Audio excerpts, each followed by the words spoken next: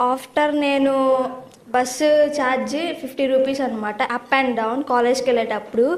So ఈ శ్రీశక్తి పథకం వచ్చిన దగ్గర నుంచి 50 రూపీస్ పర్ డే సేవ్ అవుతుంది. అలా 1 మంత్ 1500 సేవ్ అవుతుంది సార్. అండ్ మా మమ్మీ కూడా నర్స్ చేస్తున్నారు, చీరాల వెళ్ళాలి. సో మమ్మీకి నాకు కలిపి రోజు 100 రూపీస్ అయింది. సో మంత్లీ 3000 రూపీస్ మేము సేవ్ చేసుకోగలుగుతున్నాం. అండ్ నాతో పాటు మా ఫ్రెండ్స్ అండ్ నాతోటి విద్యార్థులు, అలాగే పూలు అమ్ముకునే వాళ్ళు, చిరు వ్యాపారాలు చేసుకునే వాళ్ళు, అండ్ నెక్స్ట్ ఆకుకూరలు, ఇలాంటి వాళ్ళకి వాళ్ళ సేవ్ చేసుకున్న మనీని వాళ్ళకి తగ్గట్టు అవసరాలని వాడుకుంటున్నారు. Okay, good. నీ భవిష్యత్తు ఏంటమ్మా, ఏమనుకుంటున్నాను? రైల్వేలో జాబ్ కొట్టాలనుకుంటున్నాను. రైల్వేలో? ఎందుకంటే విశాఖపట్నం రైల్వే జోన్ వచ్చిందే. గుడ్, ఆల్ ది బెస్ట్ అమ్మా. Thank you sir. Thank you. చెప్పమ్మా. నమస్తే సార్, నా పేరు వర్షిని. నేను ఎంసీఏ సెకండ్ ఇయర్ చదువుతున్నాను సార్ ఇప్పుడు ఆంధ్రాలో కాలేజ్లో. So I'm trying for placements. మీ రూలింగ్లో చాలా కంపెనీస్ ఇంప్లిమెంట్ అవుతున్నాయి సార్. రీసెంట్గా క్వాంటమ్ వ్యాలీ అని సబ్జెక్ట్స్ కూడా మాకు ఇంప్లిమెంట్ చేశారు సార్ ఈ సెమ్, థర్డ్ సెమ్ నుంచి. సో ఆ సబ్జెక్ట్ వల్ల నేనేమనుకున్నా అంటే మన అమరావతిలోనే కంపెనీ స్టార్ట్ చేస్తానని చెప్పారు కదా సార్. సో ఇంకెక్కడికి బయట సిటీస్కి ఎక్కడికి వెళ్ళకుండా, so I want to secure in our district. ఇప్పుడు చెప్పమ్మా. ఇప్పుడు ఇంతకుముందు కాలేజ్కి వెళ్ళడానికి కూడా ఇన్సెక్యూర్గా ఫీల్ అయ్యేవారు సార్ కొంతమంది లేడీస్. అంటే ఆటోస్లో వెళ్ళాలా లేదా ర్యాపిడోస్లో వెళ్ళాలి. సో ఈ ఫ్రీ బస్ అనేది ఇంప్లిమెంట్ అయిన తర్వాత we are going secure and safe. ఇప్పుడు ఎంతవరకు మీ దగ్గరమ్మా మీరందరూ ఇక్కడ ఉండేవాళ్ళు మహిళల మీద సేఫ్, బయట పోతే ఏం ప్రాబ్లమ్స్ లేవు అనేవాళ్ళు చేలిపైకెత్తండి. ఓకే. స్టిల్ గంజాయి కానీ రౌడీజం కానీ ఇలాంటివి ఉన్నాయి, మాకు అనుమానం ఉందని వాళ్ళు చేలిపైకెత్తండి. ఇంకా ఉన్నాయి అనేవాళ్ళు ఉన్నాయి. ఇప్పుడు ఇది ఇంకా కఠినంగా ఉండాలంటే ఏం చేయాలి? ఇప్పుడు నాకు వచ్చిన మెయిన్ సమస్య ఏంటంటే, ఒకప్పుడు తీవ్రవాదులు ఉండేవాళ్ళు మన రాష్ట్రంలో, మీకు ఐడియా ఉంది కదా. నేను పూర్తిగా అణిచివేశాను. తర్వాత నా మీదనే దాడి చేశారు, అయినా భయపడలేదు. మొన్న అమిత్ షా కూడా గట్టిగా ఉండి ఇప్పుడు ఎక్కడ దేశంలో లేదు. రాయలసీమలో ముఠాలు ఉండేటివి, ఒకరినొకరు చంపుకోవడం, అది కూడా నేను గట్టిగా ఉండి అవి కూడా అణిచివేశాం. ఇప్పుడు వహిదా పులివెందుల నుంచి వచ్చింది, పులివెందుల నుంచి కడపలో ఎక్కువ ఉండేటి, కర్నూలులో ఎక్కువ ఉండేటి, తర్వాత అనంతపూర్కి వచ్చాయి, చిత్తూరులో తక్కువ ఉంటాయి. ఎందుకంటే నేను ఎప్పుడు దాన్ని ఎన్కరేజ్ చేయను. ఇప్పుడు హైదరాబాద్లో మత కలహాలు ఉండేవి, మీకు అందరికీ ఐడియా ఉంటుంది. దానివల్ల మన ఏరియాలో కూడా వచ్చేటి అప్పట్లో. దానిపైన కూడా గట్టిగా ఫైట్ చేసాం, కంట్రోల్ చేసేసాం. రౌడీలు అనేవాళ్ళు ఒకప్పుడు ఎవరైనా ఉంటే వాళ్ళని ఇమ్మీడియట్గా బహిష్కరణ చేసేవాళ్ళం, రాష్ట్రంలో ఉండకూడదని. అవన్నీ కంట్రోల్ అయినాయి. ఇప్పుడు గంజాయి ఒకటి అలవాటైంది, బ్లేడ్ బ్యాచ్ ఒకటి తయారైంది, అంటే రౌడీజం చేసేవాళ్ళు. ఇవన్నీ చేసి ఎక్కడికక్కడ డబ్బులన్నీ వసూలు చేయడం, ఈజీ మనీకి అలవాటు పడడం, ఇవన్నీ చేస్తున్నారు. ఏమో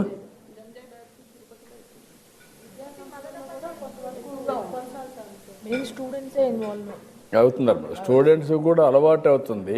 అలవాటు అయితే ఎవరి కంట్రోల్ లేకుండా పోతున్నారు, ఆ ప్రాబ్లమ్స్ వస్తున్నాయి.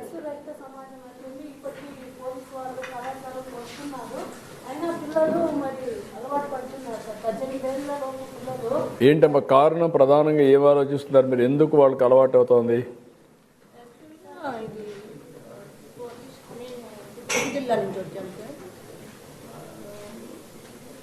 అన్నప్రసాద ట్రస్ట్ అనే వ్యవస్థాపకులు. ఇప్పుడు అన్నప్రసాదాన్ని మేము నలుమూలలో పెడతాం సార్. పేదలకి, ఫుట్పాత్ మీద ఉన్న వాళ్ళకి అందరికీ మేము సంపాదిస్తున్న ఆదాయంలో లోకల్ ఫండ్స్తో కలిపి ఈ పేదలకు అనేది ఆశ్రమాలకి, గవర్నమెంట్ ఫండ్స్ లేని ఆశ్రమాలకి మేము ఫుడ్ పంపిస్తుంటాం సార్. ఈ ఫుడ్ అనేది అందరికీ చేరినప్పుడు నాకు వచ్చిన కంప్లైంట్లు ఏంటంటే, గంజాయి బ్యాచ్ ఇప్పుడు ట్రస్ట్ అనేది కొంచెము అవుట్స్కర్ట్స్లో ఉంటుంది సార్. అక్కడ చుట్టుపక్కల గంజాయి బ్యాచ్ వస్తున్నారు, మాకు ఇబ్బందికరంగా ఉంది, మీరు ఎవరికైనా పోలీసు వాళ్ళకు చెప్పండి, ఇలా మాకు కంప్లైంట్లు వస్తున్నాయి సార్. అన్నదానం వెళ్ళినప్పుడల్లా కంప్లైంట్లు వస్తున్నాయి. ఫుట్పాత్ మీద భోజనం పెట్టినప్పుడు కూడా పోలీస్ వాళ్ళు ఏం చెప్తున్నారంటే, మా ఫుట్పాత్ మీద వాళ్ళకి భోజనం పెట్టకండి, చాలామంది గంజాయి తాగుతున్నారు, ఇక్కడ ఉంటున్నారు, మీరు వాళ్ళని ఎంకరేజ్ చేయకండి అని చెప్తున్నారు. ఇందు మూలంగా మేము ఏం చేసామంటే మదనపల్లి దాత్రి ఫౌండేషన్ అని 1000 మెంబర్స్ని 1000 మంది పిల్లల్ని అక్షరదాత్రి అని చెప్పేసి పిల్లల్ని అడాప్ట్ చేసుకొని నైట్ స్కూల్ చెప్పిస్తున్నారు sir. Morning tuition, evening tuition. అందరూ గవర్నమెంట్ స్కూల్ పిల్లలు సార్. వీళ్ళు చాలా చక్కగా చదువుకుంటున్నారు. 1000 మంది పిల్లలతో చాలా ఇబ్బందికరంగా ఉంది అని నాకు తెలియజేయడంతో 200 మెంబర్స్ని నేను అడాప్ట్ చేసుకున్నాను సార్. నేను ఒక 1 మంత్ అయింది అడాప్ట్ చేసుకొని.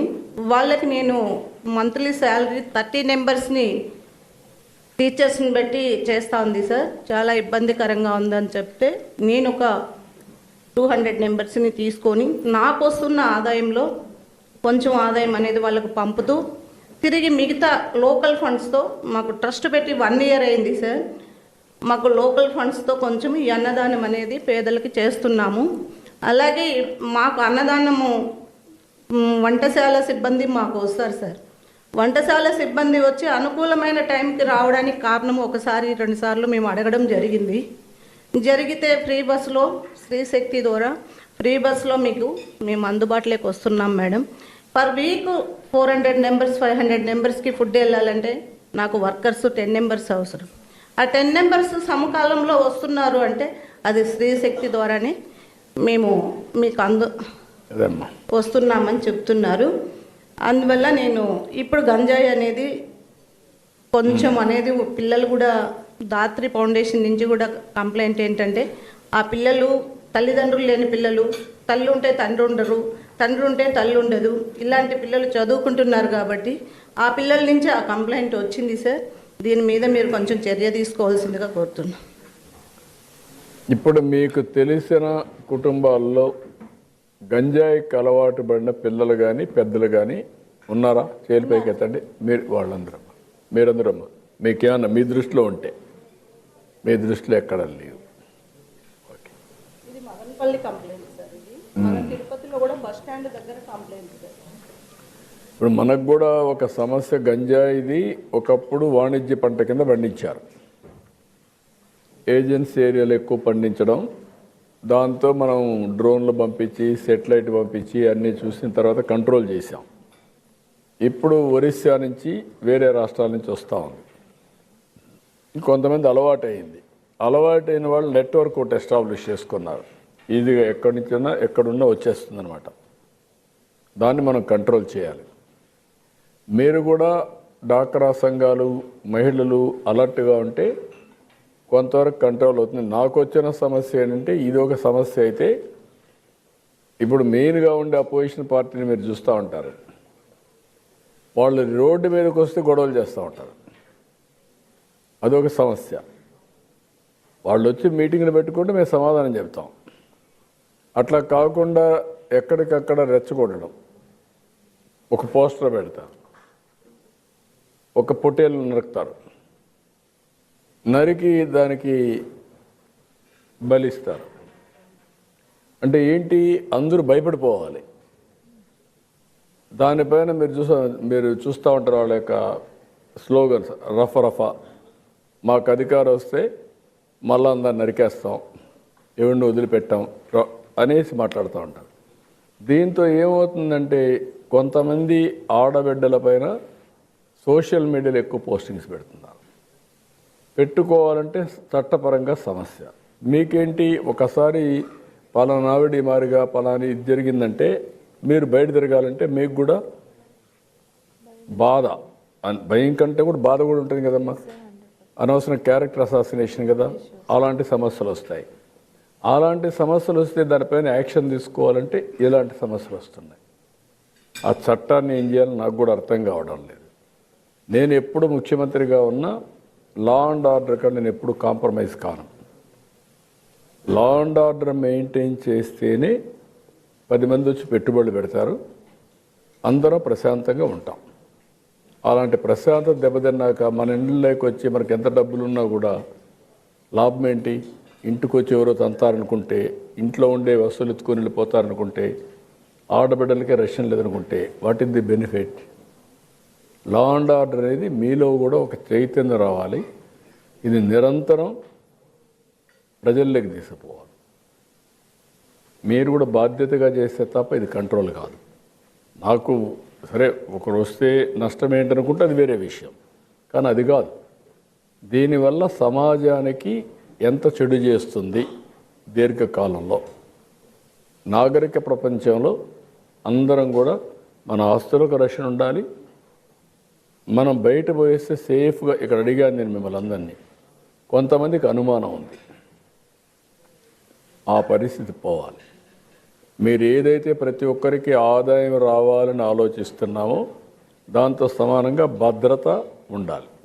ఎక్కడ పోయినా ఆడవాళ్ళు ఫ్రీగా తిరిగే పరిస్థితి వస్తే అదే నిజమైన స్వాతంత్రం. దీనికి కూడా మీరు మొబిలైజ్ చేయండి. నేను కూడా ఆలోచిస్తాను, ఒకరోజు కాకుండా. నేను చాలా ప్రయత్నాలు చేశాను.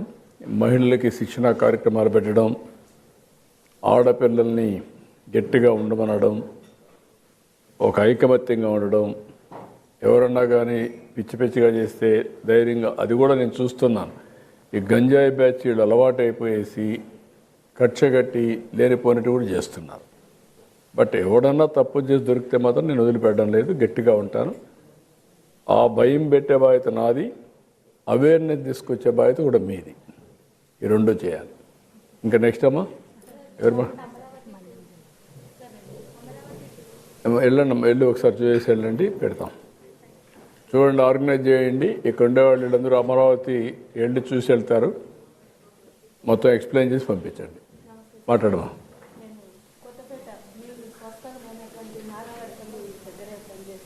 అదేమ్మా, అచ్చమ్మా.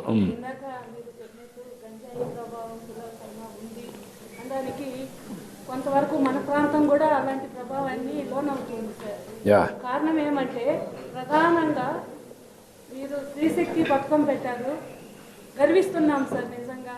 ఎందుకు అంటే ఆ ప్రాంతంలో చదివేటటువంటి పిల్లలు మారుమూల ప్రాంతాల నుంచి వస్తున్నారు. ఆడపిల్లల్ని ముందు కాలేజ్ పంపించాలంటే భయపడేవాళ్ళు, కానీ ఇప్పుడు బస్సుల్లో ఫ్రీగా వెళ్తున్నారు. గవర్నమెంట్ కాలేజెస్లో మీరు కానీ లోకేష్ సార్ కానీ ప్రవేశపెట్టినటువంటి విద్యాశక్తి కావచ్చు, డొక్కా సీతమ్మ అన్నదాన పథకం కావచ్చు, లేదా సర్వేపల్లి రాధాకృష్ణ గారి పుస్తక ప్రదర్శన కావచ్చు, గానం కావచ్చు, వీటన్నింటి కారణంగా కూడా విద్యా వ్యవస్థల్లో అనేక రకాల మార్పులు వస్తున్నాయి సార్. పిల్లల్లో ముఖ్యంగా కేవలం స్త్రీశక్తి అంటే ఆడవాళ్లకు మాత్రమే కాదు, ఆ కుటుంబానికి మొత్తం ఉపయోగపడుతుంది సార్. ఆడపిల్లలు చదువుకోవాలన్నా, వాళ్ళు ప్రశాంతంగా కాలేజీకి వెళ్ళి వస్తున్నారు బస్సుల్లో అన్నా, కేవలం ఈ పథకమే ఉపయోగపడుతుంది అని చెప్తాను సార్ నేను.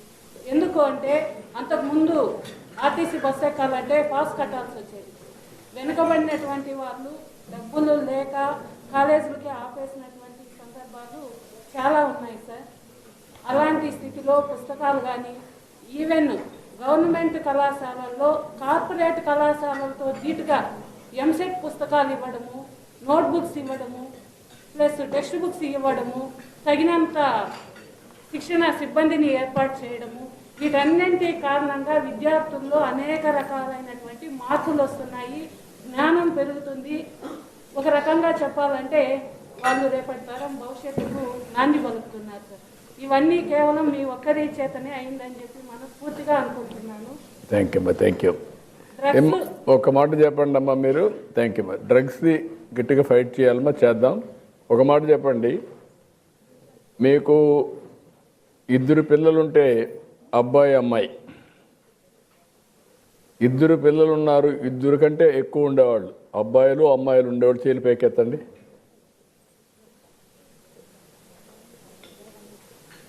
ఓన్లీ అబ్బాయిలు ఉండేవాళ్ళే చేతులు పైకెత్తండి. మీకు స్వార్థం ఎక్కువైపోయింది. తర్వాత ఇప్పుడు ఒకరే ఉండేవాళ్ళు చేతులు పైకెత్తండి. 2 ఉండేవాళ్ళు, 2 కంటే ఎక్కువ ఉండేవాళ్ళు, ఇప్పుడు దించండమ్మా. ఇప్పుడు ఏంటంటే జనాభా కూడా తగ్గిపోతా ఉందమ్మా. మీకు ఐడియా ఉందో లేదో, మీ ఊర్లో కూడా చిన్నపిల్లలు తక్కువ కనపడుస్తూ ఉంటారు, అవునా? ఒకప్పుడు ఆడపిల్లల్ని మనం చదివించేవాళ్ళం కాదు. నేను అది రిజర్వేషన్స్ కూడా నేనే తీసుకొచ్చాను. ఉద్యోగాల్లో కాలేజీల్లో రిజర్వేషన్లు పెట్టి ప్రమోట్ చేశాం. ఇప్పుడు మీకు ఆడపిల్లలు మగపిల్లలు ఉంటే ఇద్దరూ సమానంగా డబ్బులు సంపాదిస్తున్నారా? మగవాళ్ళు ఎక్కువ సంపాదిస్తున్నారా? మగపిల్లలు, ఆడపిల్లలు ఎక్కువ సంపాదిస్తున్నారా? సమానంగా. కొంతమంది